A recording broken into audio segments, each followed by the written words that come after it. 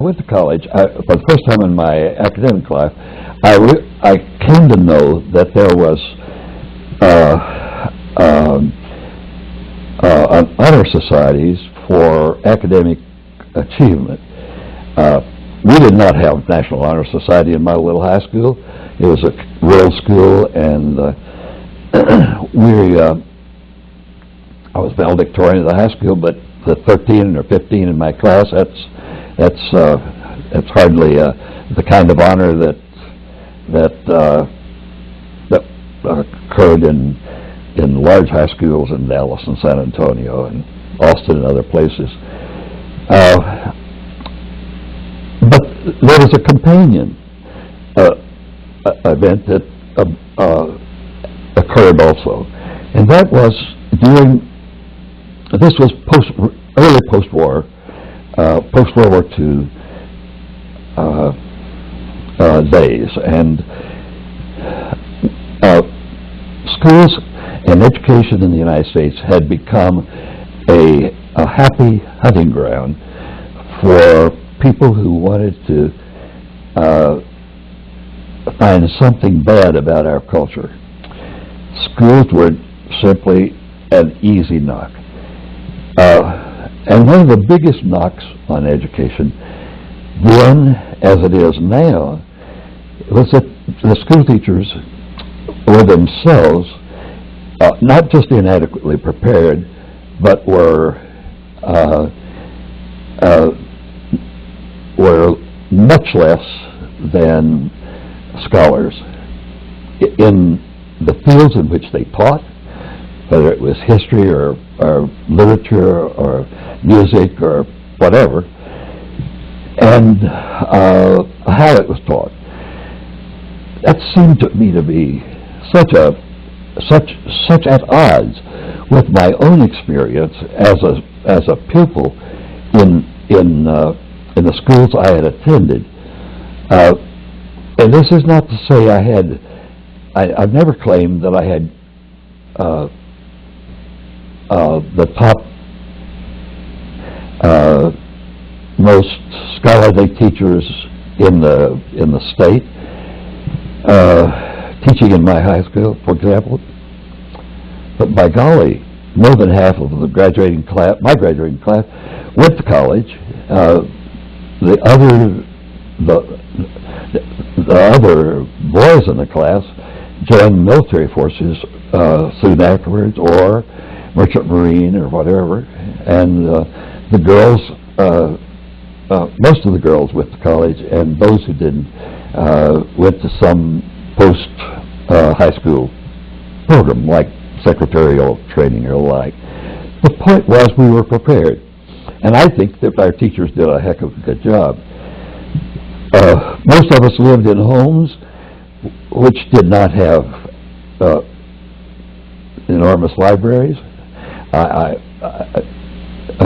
don't know how many books that we may have had in our house, but we clearly had more than most kids because Dad had been a superintendent of schools, and he collected books. Mother did too. The mother was an avid reader, much more than Dad was. But the point I'm really trying to make here is that I felt, since I wanted to be a teacher, I felt that I couldn't, I had to, maybe it was, I had to overcompensate. I had to find ways, that means to study, and to do the best I could. This doesn't mean I made straight A's. I made my share of C's in some of the courses that I felt have been very important to me over my career. But I had plenty of very good grades. I think that the two things. One, I found out that there was a way at the college to honor those who had achieved, and two, that I developed the conviction that future teachers needed to lead the way. We needed to be as sharp as we could. We needed to be as knowledgeable as we could be, and there would be some kind of both personal or institutional reward. I was inducted into Kappa Delta Pi, I believe, in the fall of 1947. That is to say, after I had gone summers and winters, and so when I was a junior, classified as a junior, I was eligible, and I met the eligibility requirements for Kappa Delta Pi, and I was thrilled to get an invitation to join. I don't know how many were invited.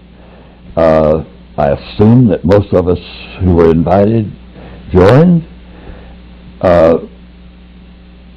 was active in other campus organizations, but the thing that was most important in this is that in the Kappa Delta Pi was that it was something that was not given to me. It wasn't honorary.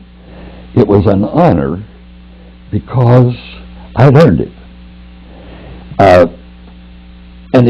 That idea, Lynn, is an idea that I've kept throughout my career, particularly when I was chapter counselor. The idea is very important that Kappa Delta Pi members recognize that they have earned the right to membership or to invitation to membership in Kappa Delta Pi because of what they have done scholastically, and that notion is one that I hope will continue to carry on throughout the future. We've had 100 years, and my sense is that we've had a pretty good showing in that regard. At any rate, I became an officer in the chapter. Vice president, I think, was was one of my roles. And one of the things that our chapter at North Texas did not do was to try to have meetings just for the sake of meetings. The idea that an honor society should operate in the manner of a college fraternity or sorority or another campus club, that wasn't it. The idea here was that Kappa Delta Pi's programs should be something which would take us a step further than what our classes did, and consequently we were able to secure a very, very responsible, very strong, I'm going to say very good individuals who reported very good programs that were underway in schools. From the time I was inducted, I have always been a member of Kappa Delta Pi. I've maintained my membership as a young teacher.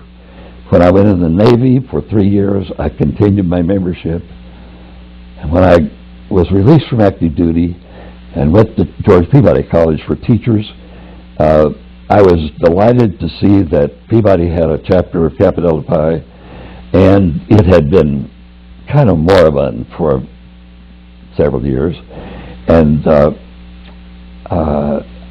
I remember asking William Van Til, one of our professors, if he would be the chapter counselor if I could round up a bunch of folks who were members. So we did, and as it turned out, I was elected president that year, and Dr. Van Til was excellent counselor. I remember the first meeting that we had, which is, again, symbolizes this notion of continuing scholarship, not one that rests on its laurels. That is, he asked us, why were we there? This is a school night. We had work to do. Most of us were teaching. There were a number of us some of us were full-time students. I wasn't. I was a classroom teacher and a student, part-time student. And I was away from my wife and son, and I thought, why am I here? There needed to be a reason for our being there, other than just because it was a meeting. So, as we worked on this that evening, we developed the notion that we should meet routinely, but not every month, every 6 weeks. We should have, and when we met, there should be something that, again, extended us and pushed us on. When